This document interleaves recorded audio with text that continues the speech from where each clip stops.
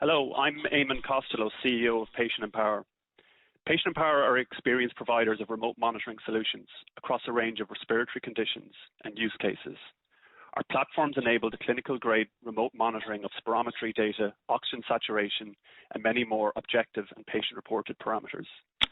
We know that COVID-19 means many of you are setting up remote monitoring platforms in your institutions for the first time.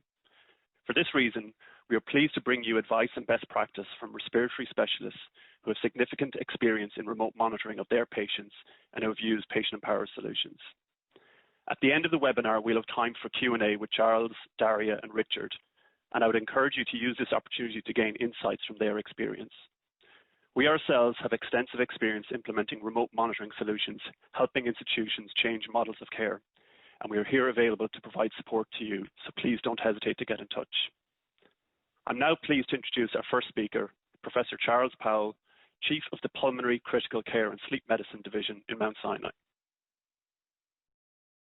Thanks very much, Eamon. It's a pleasure to be here and to speak with you all about our experience in implementing patient monitoring during the COVID crisis and beyond.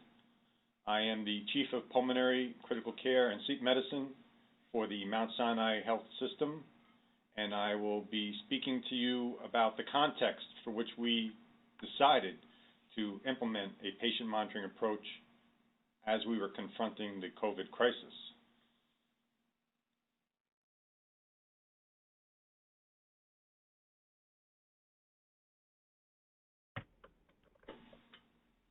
So there are many steps that all institutions have gone through to confront the COVID crisis. The crisis involved making sure that all institutions are able to manage the volume of patients who required services in the ambulatory and the inpatient environment. In the inpatient environment, much attention was placed towards ensuring that there was sufficient equipment, sufficient beds, sufficient personnel to manage all the patients who required our services and the services of our colleagues who have confronted this crisis in the United States and beyond. We've also now been confronting a unique disease in terms of the ARDS that is induced by COVID-19, and we are managing the sequelae of patients who have survived ARDS due to COVID-19. That is really part of this new normal in which we are adapting to the virus in our communities, and we are able now to be able to manage patients who have the sequelae of COVID-19, and that is the focus of our efforts to implement this patient monitoring approach.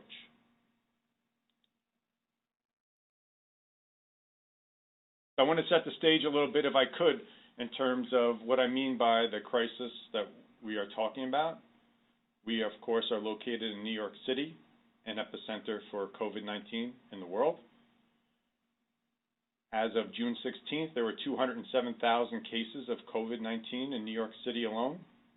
54,000 hospitalizations have occurred, and 22,000 deaths. The Mount Sinai Health System represents about 17% of the market share in this area.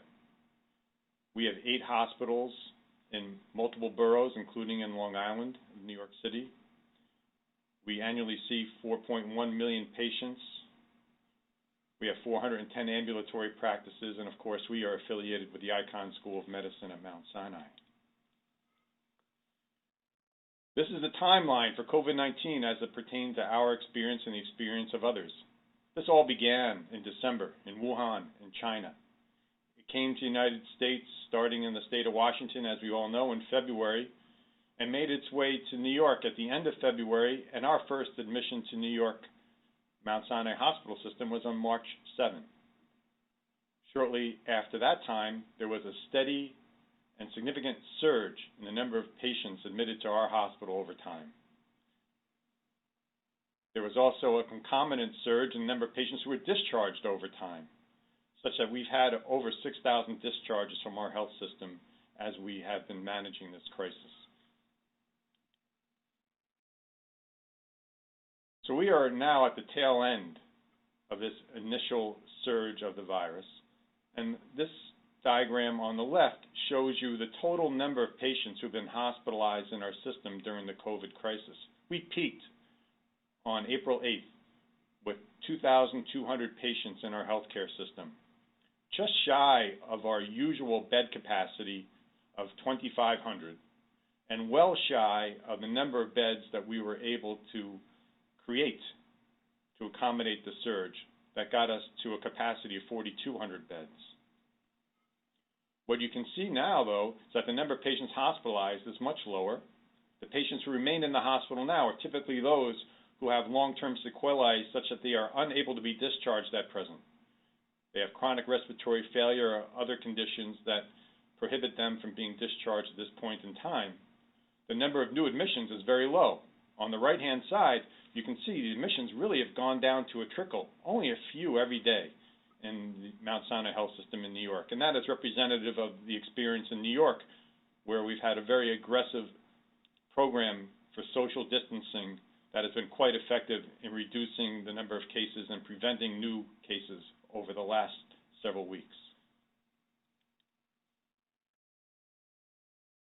We are pulmonologists, and we, of course, have been intensely focused on treating and understanding the COVID-19 ARDS. It, of course, is a form of acute lung injury and is associated with a high incidence of respiratory failure and mortality. And what we and others have learned is that this is not the typical ARDS that we had seen associated with other viral diseases in the past. There were several characteristics of this that were unique. Specifically, the physiology was different. The lungs tended to be much more compliant than we were used to. There was quite a bit of evidence suggesting the importance of shunt physiology and also the importance of the prevalence of microthrombi and large vessel thrombus that would account for hypoxemia and respiratory failure. The treatment approaches have been quite varied, and they were implemented quite quickly, starting with clinical trials and now resulting in accepted therapies. We and multiple institutions have used therapies that have included remdesivir, IL-6 blockade approaches, convalescent plasma, mesenchymal stem cell transfusions, as well as clinical trials looking at inhibitors of GM-CSF and complement using drugs such as eculizumab. We and others also determined that there was a benefit of using anticoagulation in a large number of patients who had elevated D-dimers or other risks for clot, and we also determined there was benefit in using corticosteroids in selected patients. But what we're really focused on dealing with now are patients such as those who have a CT scan that I'm showing on the right. This is a CT scan of a survivor of COVID ARDS. This patient presented with respiratory failure, did not require mechanical ventilation, was able to be supported with high-flow nasal cannula successfully, received remdesivir, received convalescent plasma, and was able to be discharged to home without requiring supplemental oxygen.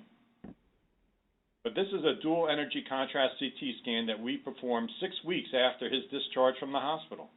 And what you can see is that there is extensive airspace disease, predominantly ground glass opacities that are diffuse in both lungs without evidence of fibrosis at this point in time and without evidence of clot. This is a typical image of a typical patient who we are now seeing in high volume in our Respiratory Institute locations. We have 2 Respiratory Institute locations in Manhattan, one in the Upper East Side where I am located presently at Mount Sinai Hospital, and then we also have one downtown in Union Square. We see approximately 37,000 patients visits per year, with a large proportion of these patients now being those who have survived COVID. Many of the patients who we see have survived COVID had an initial hospital stay, but not all have. And what I want to just show you now is the context in which we have managed patients who have been in the hospital, have survived COVID, and now require care for their respiratory disease. Our program, in terms of using the patientMpower platform for monitoring patients at home, is part of a large-scale effort to manage patients being discharged from the Mount Sinai Health System. There's a transition of care program, which is a high-touch program that is implemented for all patients who are discharged from COVID-19 related illness. So all patients after discharge are contacted at least twice by phone for follow-up, and then also are enrolled in a text-to-chat platform so we can maintain contact with those patients during the crucial first several weeks after discharge from the hospital. We overlaid on top of that the patientMpower monitoring program for patients who had significant respiratory disease during their hospitalization. So we overlaid on top of the transition of care program the patientMpower monitoring program, which was directed towards patients who had respiratory failure during their time in the hospital. These are patients who required mechanical ventilation, high-flow nasal cannula, non-invasive positive pressure ventilation as examples, and who were able to be discharged to home, either on supplemental oxygen or not on supplemental oxygen. So these patients then were presented with an oximeter, were linked to the phone application, and then were monitored by the Respiratory Institute staff after discharge.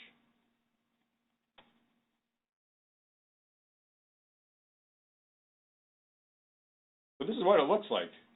Patients were provided with a Bluetooth-enabled oximeter, which linked seamlessly to their phone. It works in an Android or the iPhone application, and that was fine for most of our patients who were in our health system. Patients typically were instructed to check in to the application with their device at least twice per day, and we monitored their entries as they came into the Respiratory Institute monitoring team. So I'd like now to discuss the challenges and the opportunities that we have identified as we have developed and implemented this patientMpower monitoring program for our patients with COVID-19. First, the monitoring program provides an added expense to us. But we find that the expenses for the oximeter and the monitoring program are covered by the reimbursement codes provided by Medicare and by other payers. The codes here are listed for you here on the right-hand side. The second issue is patient compliance. We have had past experience using digital health tools, specifically for patients with asthma and with COPD. And we, like others, have found that patient compliance is variable. What we've noticed is that in this situation, patients who have COVID-related disease are quite motivated. And so the compliance rate is higher than what we've noted before with other diseases that we have used digital health tools. Secondly, the compliance is enhanced by the nice user interface provided through either the iPhone or the Android phone. Next, we introduced a new workflow into our ambulatory practice, a workflow that requires our staff to now monitor patients who enter data and also to be in contact with clinicians so that action can be taken if there is an abnormal finding or if a patient seeks out help. And therefore, we have to have the ability to engineer quick appointments for patients who need to be seen. And we've been able to do that with our existing staff. And as we ramp up, additional staff will be hired. Again, this will be supported by the reimbursements that will be coming forward from the charges that are now available for this service. Next this is a new technology. Some people are quick adopters, some people are slower adopters. We're encouraging quick adoption of this type of platform. We see the benefits of being able to have continuous contact with patients with respiratory disease. Respiratory disease is a chronic process. It goes on before and after the patient leaves our offices. And so having the ability to be in continuous contact with the patients, both in terms of their symptoms and in terms of their physiology, we think is important value added. And if we're going to talk about patient-centered care, I think it's important to understand and appreciate that now with this type of approach, we're bringing the care to the patient. instead of relying upon the patient coming to us. Finally, there's quite a bit of important data that flows from these devices into the system. It's important to be able to capture this data, analyze this data for predictive analytic purposes, and also to ensure that we are learning the most we can learn about each specific patient and learning the most that we can learn about this specific condition.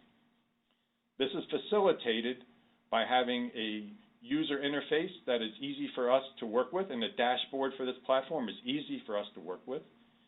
And the data analytics are facilitated by having the ability to connect to our EHR system, which then allows us to look at the data using the data sciences team at Mount Sinai, which has significant expertise in managing large quantities of data and making clinically important observations that will drive better care in the future for patients in COVID and also for patients who have respiratory diseases other than COVID, which is our future direction. Well, thank you for your attention. Thanks, Charles. So next, I'm pleased to introduce our next speaker, Professor Daria Rudium, who's a lung transplant pulmonologist at NYU Langone. Thank you so much, Eamon. Thank you for inviting me and for the introduction. So what I hope to walk you through over the next session is our experience here at New York University in establishing a home monitoring program way before COVID and how that involved for our lung transplant recipients as we saw our program and COVID take over the last few months. So to give you a little bit of background, the number of lung transplants in New York has increased over the last few years. So prior to 2017, there was really just one lung transplant program in New York City. And over the last few years, two others have established themselves, ourselves pictured here in purple, and then another center in light gray, and then the pre-existing program, which is New York Presbyterian Columbia in dark gray. So we're a fairly young program on the map of New York City. And from the get-go, we really envisioned that we would like to have some sort of home monitoring in place for all of our transplant recipients. Why? Well, it was really for the benefit of having both increased patient and provider assurance. What I'll say there is that actually came from the other program in the city from NYP in Columbia, where we didn't have as much of a robust home monitoring. And as a provider now in my institution, NYU, it offers me a lot of comfort to know that patients, when they go home after having received a lung transplant, have a set number of parameters that are being monitored on a daily basis and remotely. So it just offers a lot more reassurance that the patients are doing okay. And for the most part, our patients tend to agree that they see a lot of benefit in having home monitoring in place as well. Our second major advantage of starting home monitoring for patients was really just to expand the geographic pool. So all three of these programs that you're seeing here in New York are New York City centered, and New York State is a really large state. There are many neighboring states as well, and a lot of patients who do need transplants. So what this allowed us to do is to expand our potential candidates to all the way upstate New York, north of Albany. So these are folks who are 4 or 5 hours away from New York City, and we were able to offer them this intervention, knowing that we would have a robust monitoring in place after they receive a transplant, so that appropriate routine care is being provided for these folks who are farther away geographically. So what does it actually look like for patients? So on that index hospitalization, the hospitalization during which a patient receives a lung transplant, upon discharge, we sit down with them and we equip them with the following devices. So there are a number of different things that essentially look at their vitals. So we're looking at their blood pressures, heart rates. They do get a thermometer. Obviously, lung transplant recipients are immunosuppressed, so they're very much at an increased risk for infection. So temperature is one of the vital things that we'll be checking for them. They do get a pulse oximeter. They get a scale and glucometer, and actually a pedometer as well. Those things are crucial as a lot of these folks go home on higher doses of steroids. They end up gaining weight. Their glucose is not well controlled. So those things we monitor very closely as well.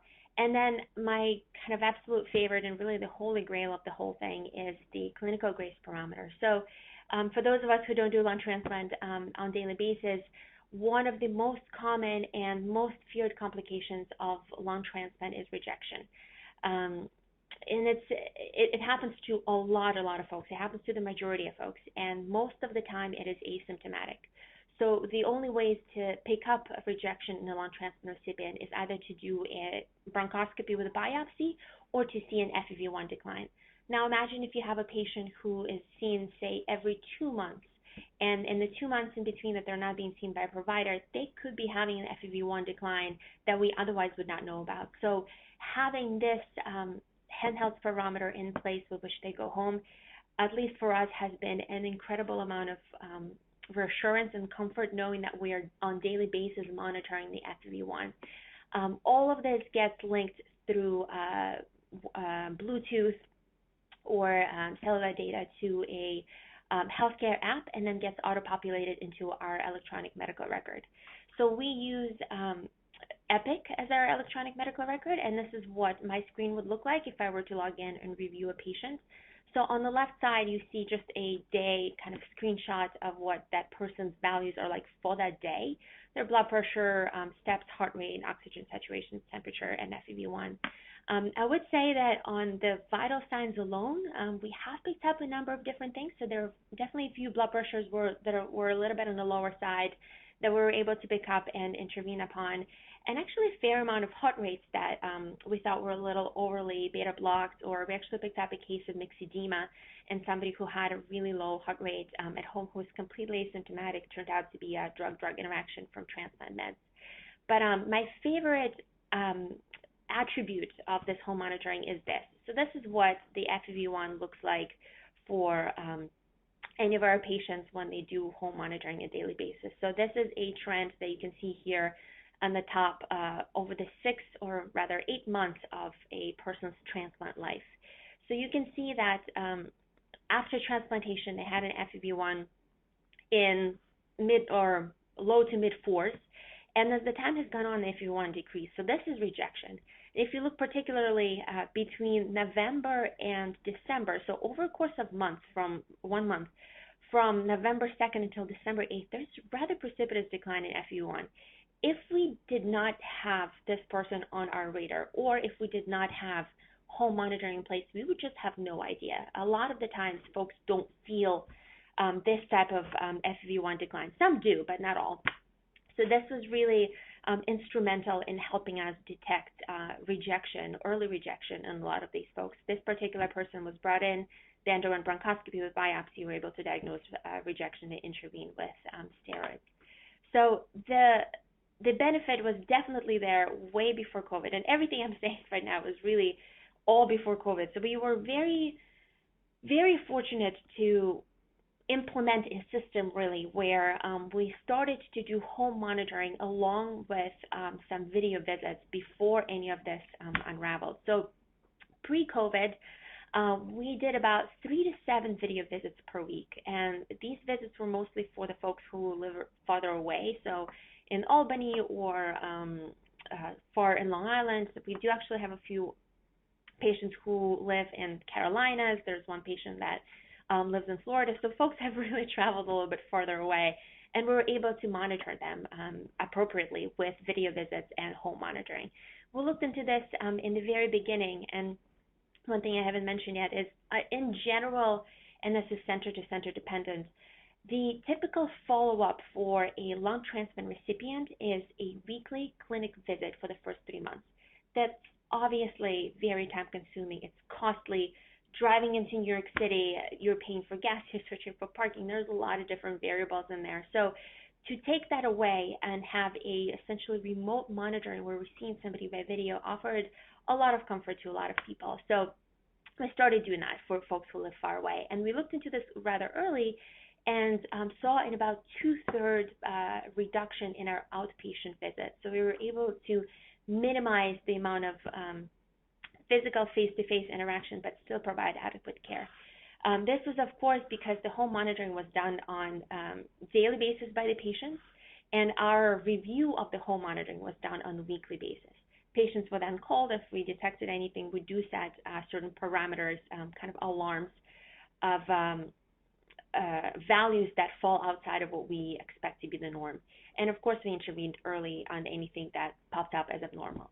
So all of this was before COVID-19. And so when COVID hit, and COVID hit hard, as Dr. Powell had already mentioned in his presentation, we were incredibly lucky to have had this system in place for our transplant recipients. Basically, on March 23rd, as it was really the first week that things were being felt very heavily in New York City, we were able to convert all of our patients to telemedicine in conjunction with home monitoring. So not a single person was seen in person unless they had to be admitted or undergo a procedure for 2.5 months. We asked our patients to do home monitoring twice daily. We were, of course, concerned about the well-being of our patients and what COVID would mean for a lung transplant recipient. And over the course of the last 2.5 months, we have done well over 250 virtual visits and twice daily home monitoring with our devices. So what has panned out of that is we've been able to maintain routine transplant care despite being on quarantine and lockdown and social distance with a lot of restrictions that we previously have never had exposure to. And the additional benefit, which we're very glad about, we were able to pick up 2 asymptomatic cases of COVID-19 in our transplant recipients, and we picked them up early because we had the home monitoring, had them take temperatures at home and call in. And so both of those folks got appropriate care, early care, and made it out very well. So all in all, having had this system in place was just something that we were incredibly lucky to have. So now moving forward, what we have seen over the last week and a half, we have opened our physical clinic on really kind of case-by-case basis to determine who would need to come in. And this is mostly just physical exam folks who really want to make sure we're seen in person. But over 90% of our visits remain virtual visits, and we continue twice a day home monitoring. And so far, it's working very, very well. So we intend to proceed this way for probably very, very long time. The first wave of COVID seems to be at its tail end, but nobody really knows what's going to happen and how much further this will take us and the rest of the country, so in the world. So we're really hoping to continue this kind of practice. And again, we had no idea that this was coming, and we're so lucky to have had a telehealth and a home monitoring system well-oiled before COVID had hit. And so we're learning, and we'll hopefully continue to learn and experience through all of this. And we wish for everyone to have some sort of systems in place when disasters strike, and hopefully we'll make it out okay on the other side. Thanks very much, Daria. I'd like now to introduce our final speaker, Professor Richard Costello, who's a respiratory physician at Beaumont Hospital in Dublin in Ireland. He specialises in asthma and COPD and was involved in the national coordination in Ireland's COVID-19 response. Good afternoon, or hello everybody, and thanks for taking the time. I'm sure, like you, I've really enjoyed the previous 2 speakers sharing their experience with technology and how it has a practical value in healthcare. And I'm just going to take that conversation just a little bit further. And we heard quite a bit from our colleagues about the value that they got very quickly from starting to bring in remote monitoring technologies into their practice. And you could see the clear value. They were able to longitudinally collect data on their patients. That data was objective, which is really useful. But I think most importantly, and Daria really made that point so clearly, that it was at home. You could really see that little extra spice of having information collected in the patient's own home. Where I think the real value at the next stage starts to come, and Charles alluded to this in his talk, was what happens when you get data scientists involved and you start to look at combining the data from multiple sources. And that's where the real power of this type of digital, remote, handheld technology starts to come together. And I'm going to illustrate just with a couple of features how it has diagnostic value, how it has predictive value, something that clinicians, despite their apparent crystal balls, don't really have. And I think most importantly, and we've already seen it to some extent illustrated from the 2 talks, how adaptive this type of technology is to novel situations. Let me explain in brief. This is a sort of a solution architecture picture.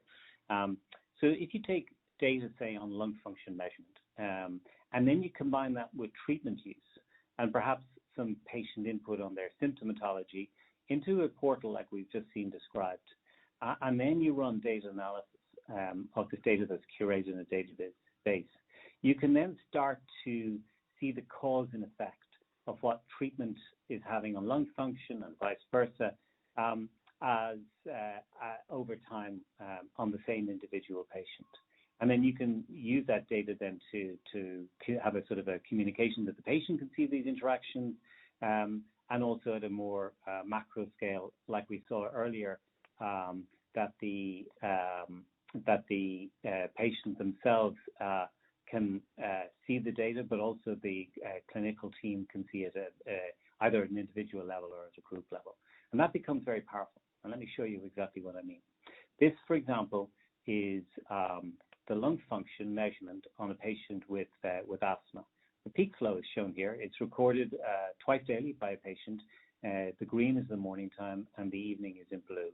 And just to look along here on this axis, you can see the months going by. So through quite a number of months, through an 8-month period, you can see that this individual's lung function has really done very well. It actually improves quite considerably during the summer period. And then there's a precipitous decline with an exacerbation illustrated here by that red spot where they took a course of oral corticosteroids. What you can see at the same time then is the measurement of their twice daily long-acting beta-agonist inhaled corticosteroid. And in the brown, it may not traject terribly well, is their reliever use. So what you really can see in a very short snap overview is the clinical longitudinal course of the patient with asthma.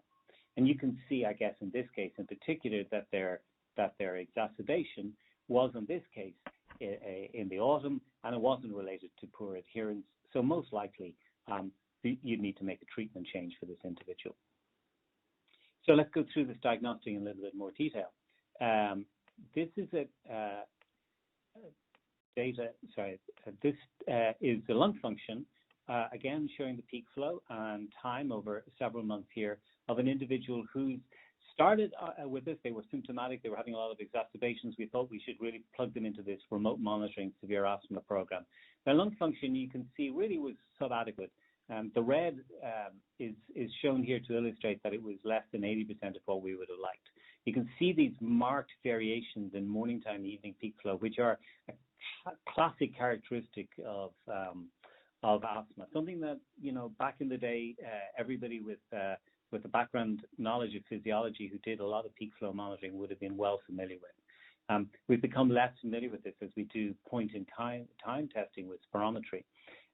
But what's kind of interesting to look at is the coexisting LABA ICS use. So the LABA ICS use is shown here, and on the y-axis you can see the time of the day, and then the time is along the x-axis. We can see the green illustrates that the device has been used correctly. This is a bespoke monitoring device that my research team developed, and what it allows you to do is to understand if the inhaler was taken correctly, in which case it's illustrated in green, or orange if it's taken incorrectly. So whilst this individual is really adherent, particularly in the morning time, perhaps less so in the evening, you can see there's an awful lot of ineffectively taken treatment, which probably explains why the lung function dropped. They weren't so good in the evening. They really were taking it erroneously in the morning, so the peak flow was dropping. So this individual is going to tell you in clinic, I've been taking my treatment, doc, I've been trying my best, and they have. It's just that they were inadvertently making an error. Now, we staged a number of visits where there's feedback given to the patient. So as soon as we recognize this error and did an intervention, you can see that the error disappears. They are starting to be more adherent both in the evening time and the error is going, and the lung function gradually improves. And that's a feature of asthma that we've also caught on to, which is that there's a lag between improving your technique or taking your treatment and actual stabilization of your asthma. Everybody's familiar with this, but the rate at which you improve is actually quite personalized. And that's really important, because you can see now this individual is stabilized, but the corollary is true. If they were to slip in their adherence, we wouldn't see a decline in lung function until some period of time later. And just going along with that clinical improvement in their peak flow, this is the beta agonist or the albuterol use. You can see there's a horrendous, a huge amount of albuterol use in the beginning period. And that's probably why the lung function is relatively good up here. So you can see the value of having these multiples of interactions. And then as their airway condition stabilizes, you can see there was a bit of a cluster when it really dropped low. And then as they get better, their reliever use falls away. So you can see this value of the interactions of the multiple data sources. This is another interesting case. This is a patient who, again, on this axis you can see time, and this is months. So you can see that this individual is really tremendously diligent about taking their treatment, punctually and on time, which is excellent. And this is their lung function, which is really very stable. There's some high readings, but basically this is very stable. The value here is running about 500, but they remained profoundly symptomatic. They're asthma controlled. So if you used their symptoms and saw them periodically in the clinic, you'd be very worried because their ACT, their asthma control test, indicated that it's very profoundly suboptimal care. And the reason for that, it turned out, was that by knowing that we got a person who had normal lung function, had been taking their treatment but was symptomatic, that we could attribute their persisting symptoms to an elevated BMI. And that's something that says that we've really got to be careful about symptom as the only way that we can assess asthma control. These data points are also valued predictively. I explained that it takes a little while for a lab ICS to be effective. So a periodic drop-off in adherence may lead to an exacerbation, but you need to know what the person's threshold is. So we've developed, again, by a data science process, a personalized threshold model, a bit like a vancomycin level or something like that. And so if you serially measure the lung function or the treatment use, and you serially measure the lung function, and you have a personalized threshold that the individual works off, you can see, as shown here, their treatment use is staying above threshold. There's a few declines here. They stabilize, but here they drop to well below their threshold, and an exacerbation occurs. So the reason for this is that this would be the time to intervene. If your dashboard illustrated that the threshold had been breached and they were sub-threshold for a period of time, this would be the time for a nurse practitioner or one of your colleagues or yourself to call and say, listen, you're below threshold, you're liable to run into an event if you don't start to use your treatment a little bit more regularly.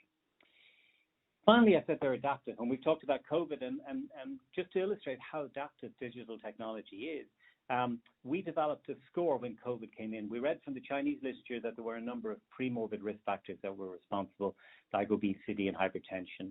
But we also realized that that was only good for telling you that somebody was going to run into trouble, but not when. And obviously, as Charles indicated, it was a lot of ARDS. So we developed a score of respiratory distress involving not just how much oxygen they were getting, but what the SATs were like and how much non-invasive ventilatory support they were getting. And we called this the CCI score. And when we layered that risk factor on top of their baseline risk, we could plot over time. So we developed this app that our house staff used, and that we could plot every couple of hours what the CCI score and the individuals were. So here you can see somebody who starts with quite a high risk score, but over time they spontaneously recover. This individual, on the other hand, didn't do so well. And the real value to this was we were able to predict 12 hours or 24 hours before that they were going to need an ICU bed. And I could do my ward round starting with the patients in the red zone and then the orange and then the green, rather than starting my conventional ward round, on a particular ward. And this allowed me to concentrate. I could do the handover on these patients and so on and so forth. This illustrates the value to this type of digital technology. And our score and baseline score were very predictive of ICU use. So to summarize, I think digital technologies are able to improve clinical care. We've heard Daria, we've heard Charles talking about their own personal experience in the remote COVID clinic, in keeping folks with transplantation safe and well and away from trouble, and delivering really, preemptive and adaptive care. And I'll illustrate that you can do this in multiple other diseases. I've illustrated the diagnostic value in asthma. its predictive value in asthma, something that we really have not had before. And together, depending on the situation, depending on the patient's own needs, we can make these systems adaptive. So I think there's a huge potential for these technologies going forward. Thank you for your time. Thanks, Richard. So before we go to a Q&A with our panelists, I'd like just to spend a couple of minutes just talking a little bit about our experience and some of our deployments. So patientMpower is a specialist provider of remote monitoring in respiratory disease, and we're fortunate to be working with leading health systems in the US, Ireland, and the UK. And we're delighted to be working with some of the leading academic medical hospitals around the world, many of whom have supported our early clinical validation studies into the use of home monitoring technology. With the evolving pandemic earlier this year, we analyzed how our existing respiratory remote monitoring platform could be adapted for COVID-19. We designed and built a solution focused on clinical grade oxygen saturation monitoring, connected via Bluetooth oximeter, as Charles mentioned. We won a contract with the Irish Health System, and between March and May, over 1,000 Irish patients have been cared for at home using this technology. And this provided significant capacity relief to the Irish Health System. There was two primary use cases. Firstly, for early discharge for patients who continue to need remote monitoring, similar to the use case that Charles outlined. Secondly, where patients had symptoms but did not meet admission criteria, they could be monitored from home and admitted to the hospital when their saturation deteriorated to a threshold that could be defined. Our solution is used in a wide range of clinical use cases. So our earliest work was in interstitial lung disease, and 2 years ago we won the IPS Catalyst Challenge, which was focused on remote monitoring technologies for idiopathic pulmonary fibrosis. In cystic fibrosis, we are working in both adult and pediatric care, and we're increasingly working in asthma and COPD care also. Due to COVID-19, we're now also working with pulmonary rehab centers in allowing them to virtually run their classes so they can understand saturation and breathlessness for attendees of their classes. And we're also helping clinicians assess oxygen needs remotely. Our solutions collect objective data from a suite of connected devices, such as spirometry, oximetry, blood pressure, weight, and temperature. We also facilitate collection of other important data, such as blood glucose data in lung transplant. We collect subjective data, such as patient-reported outcomes, and also breathlessness, such as the MMRC and the Borg scale for pulmonary rehab. We also connect to physical activity trackers, which can just track the step count by carrying your Apple or Android phone, and also Fitbit activity trackers. And we also allow patients to get alerts on local air quality, warning them when it is poor. And we had 2 poster abstracts at last year's ATS in Dallas on this. As mentioned, our COVID-19 solution focuses on oxygen saturation monitoring, temperature, and also symptoms, which are important for monitoring these patients remotely. All of the data is collected in real time and presented on a clinical dashboard, and can also be integrated into the electronic medical record system. We also help define alerts, which can alert both the clinicians and the patients and their caregivers if their condition deteriorates. And this was vital for COVID-19 patients, where their oxygen saturation could be declining rapidly. As Charles mentioned, there is reimbursement in the US from CMS and other payers. But what we're also finding is health systems in other countries are now willing to invest in remote monitoring technologies to help provide continuity of care for patients in the COVID era. Thank you for your time, and I'd now like to invite your questions from our panelists. Now time for the question and answer session of today's program. You may submit questions by typing your question into the Q&A box on the right-hand side of your screen and hitting enter. Our first question: do you have race or ethnicity data, outcomes based on race?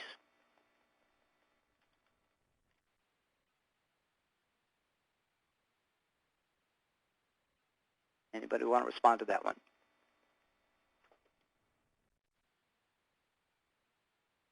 Charles, do you have anything? Oh, go ahead. Go ahead, Daria.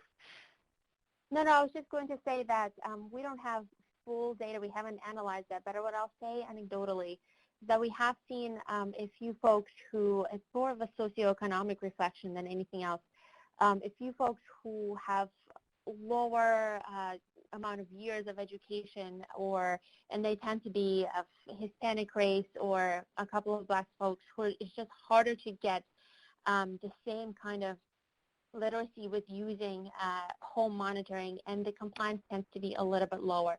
This is not full supported data. We've had 77 transplants who've done this, so there's not much power to this research, but in terms of, I saw your question pop up a couple of times. It is something that I think is worth mentioning, as this just tends to kind of represent a different, potentially different patient population that's just not as equipped to handle this kind of equipment. And this, Charles, I would just add that this is under intense scrutiny by our institution, every other institution as well, to try and make sure these types of technologies can be made widely available. Many of our patients don't have an iPhone, can't afford an iPhone. Many of our patients don't have access to Wi-Fi. There are other remote monitoring platforms that can bypass those bottlenecks that occur with this platform. But for this platform, we are looking at race, at ethnicity, and we'll report out as we gather the data. All right, next question. How is the ability to manage the app device assessed? Was training given? Do you have demographic data on who received or participated in the program? I can address this one as well. So for us, at least for transplant recipients, it's different than the rest of the world, but we do sit down with them for at least an hour, and this is with a primary caretaker at home, usually a family member. We troubleshoot a lot of different things. So there's very, very dedicated training that's taken very seriously, and every single person who gets sent home with these devices gets that training. And our success is really dependent on how much of support they have at home. Yeah, so Can you please go ahead, Charles, and I'll add on. We unfortunately are not able to spend an hour with each patient. So we do this at the time of discharge. So a member of our team will go to the bedside where the patient will be there, typically with a caregiver, and we'll do a orientation to the program, provide the device, make sure the device links up to the application. And then we rely upon the support services provided by patientMpower, which we have found to be very helpful. So if the patient does have any problems in following the video, in connecting, then they reach out to the support line. We find that there's very good uptake, but we do have some gaps. It probably would be less if we had the type of support initially that what Daria is talking about, which sounds terrific. All right, next question. Can you please address the dynamics of changes in workflow and how staff reacted to additional efforts required for the program to be effective? Well, this is a big change for us since before COVID, we did very little telehealth, very little telemedicine, and now we do a lot of both. And now on top of that, we introduced this type of digital patient monitoring platform. So it's a lot of things changing at the same time. Different personnel have different acceptances of change. We really portray this not really as adding work, but really substituting some work for other types of work. We started off on a pilot basis where we repurposed some of our staff to take this on as an added responsibility, but as we scale up, we will need to hire additional FTEs to take on the additional workload, which will be substantial. And so that's how we've been looking at it, and that's how we've been able to engage our staff and find acceptance at this point in time. Next question for staff capacity. Did you see an acceptable HCP to patient ratio that was adequate for monitoring patients?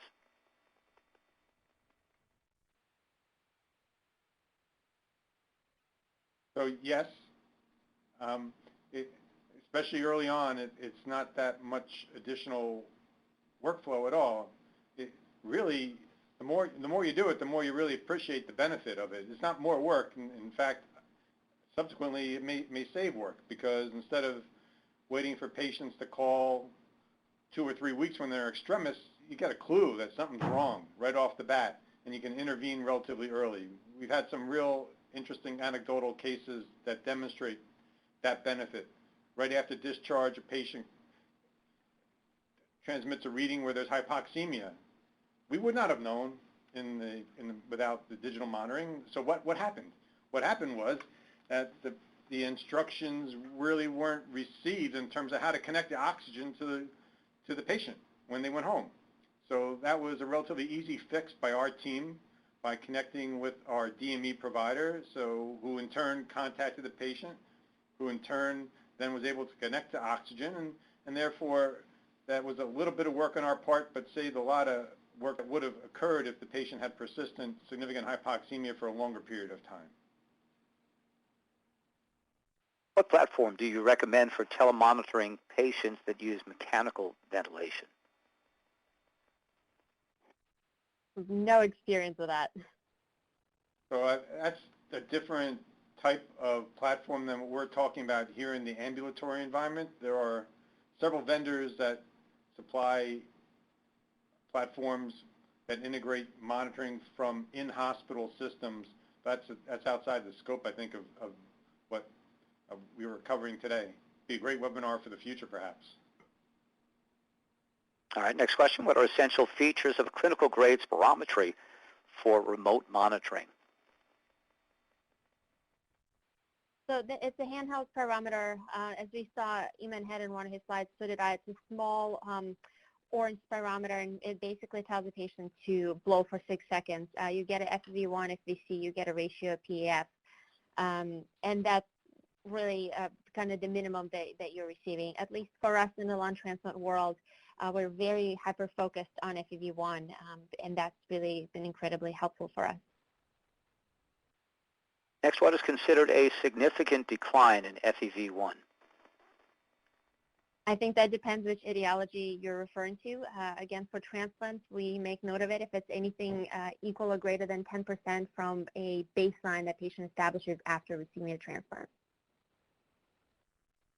Is the home spirometry reimbursement available for only transplant patients? No, that would be wider than so. Yeah, the CMS codes are for in the US are for remote monitoring of physiological data, so it's not specifically tied to transplant patients. And for lung transplants with home spiro, how frequently do you have patients do the home spiro? Daily, a few times a week, weekly? Daily. All right, this next question for you, Daria. First of all, thanks for sharing the data. Approximately how much would it cost to implement such a program with pulse oximeter and spirometer at the hospital? I think that's a better question for Eamon.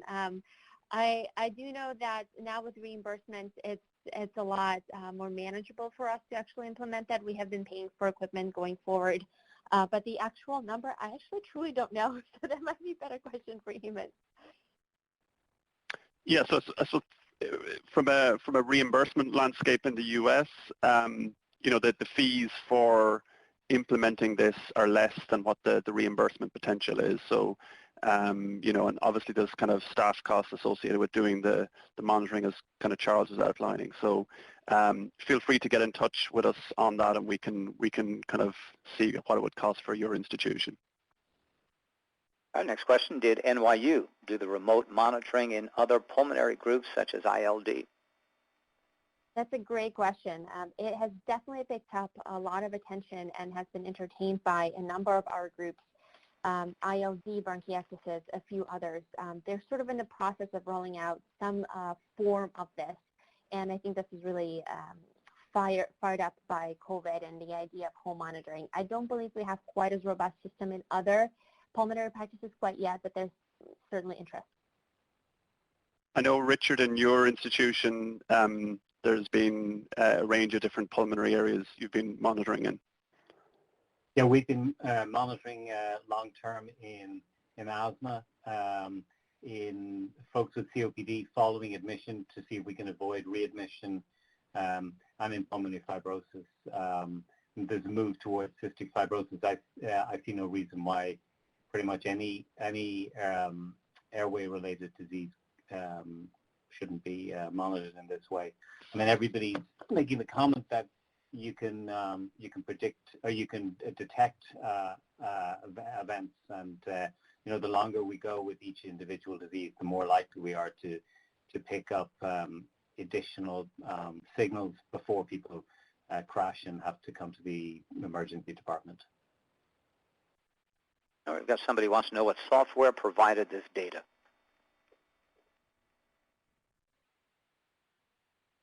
I think they're talking about Richard's presentation. Yeah, that's proprietary research data at this stage. It's something that we're looking to try and roll out, but at this stage it's a research platform. Okay, how is the PEF measured at home? I think that was our work, and that's a digital system just like the one that Eamon has outlined and the guys in New York have explained. Another question, have you compared different brands of home spirometers? Are some better suited to capturing FEV1 versus FVC data? So we ourselves analyze a range of different spirometers. So the one that we work at is from a well-established maker of spirometers. It's fully embedded within the patientMpower application, and that's very much with a view to providing a good user experience for the patient, so as they have a single interface for doing their spirometry, their oximetry, and other measures. So it captures, as Daria mentioned, FEV1, FVC. We are also currently implementing that you'll be able to see the expiratory flow loop. Because much more demands on being able to kind of do spirometry and look at and measure the effort of patients. But yeah, we've been extremely happy with this particular spirometer, and we've been involved with a lot of hospitals comparing clinic to home spirometry with it. Are there any devices being evaluated for lung sound analysis? There's some research done on that, but nothing on the market. All right, next question for Richard Costello. Thank you for the wonderful presentation. I'd like to know what device or app you use to record the ICS LABA usage. Yeah, that's a device that our research group developed. It allows a method of assessing the acoustics as well as the time of use. So it's somewhat unique. There are devices available commercially in the United States. For example, Propeller Health are a vendor for a device that gives you time of use. It's externally attached to the inhaler. This is a very exciting area. It's developing very fast, and there's a number of vendors moving in that will be providing similar types of products. We've got time for just a couple more questions. This is for you, Daria. Which type of clinical grade spirometer did you use in the program? It's what Eamon was just mentioning. So it's the spirometer that comes with the patientMpower. It's the near handheld spirometer that populates all these data. This little orange thing looks about this big. All right, next question. Did the spirometer in use for the transplant program interface via Bluetooth, where the results transmitted to the EMR from the phone? Yes and yes. A lot more success with Apple than some other cellular platform like Android, but yes, this is all via Bluetooth. It auto-populates, at least in our EMR, which is Epic. All right, next question. How much is the charge per month for the service? So it varies depending on the specific requirements, so happy to follow up with the person directly if they send us an email to info@patientMpower.com. Do you get flow volume loop information on handheld spirometry and reliability of the data for the spirometry? So we will have that very shortly. In terms of reliability, we've done a lot of studies comparing clinic to home spirometry, and we are looking at other techniques to give patients feedback in terms of the effort and see if there's any anomalies in terms of the particular spirometry blow. Next question, what has your experience been with elderly and frail patients using monitoring technology? So yeah, go ahead, Richard. No, surprisingly, many of them are very good at this. They take the time, they think it through, and they're as diligent, or not more diligent than many younger people. So you can't really make an assessment on age. Clearly, people with cognitive impairment, that's a problem. Yeah, and in our experience, it's less about the age and more about someone's aptitude and willingness to self-manage. You recommend continuous cardiac monitoring systems for use in COVID-19 clinical trials.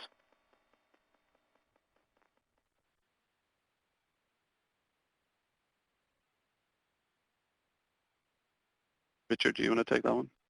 Well, I think that might be a little out of scope here of how we've been getting our experience in COVID. So I think I'd pass on that one. All right, next question. Who sets the parameters? Is it a consultant?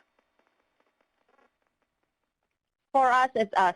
So for our program, the physicians set the parameters, and this is something that we monitor very closely. And as Eamon alluded to, we do set alerts, so we get prompted if something falls with outside of the predefined range, rather.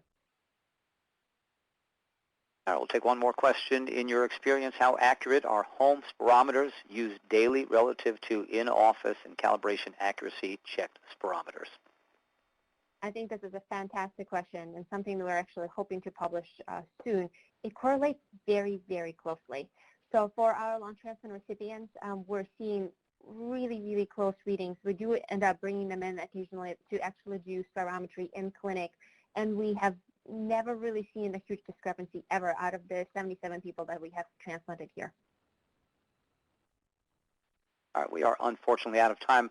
Any final remarks or comments from our speakers before we wrap up?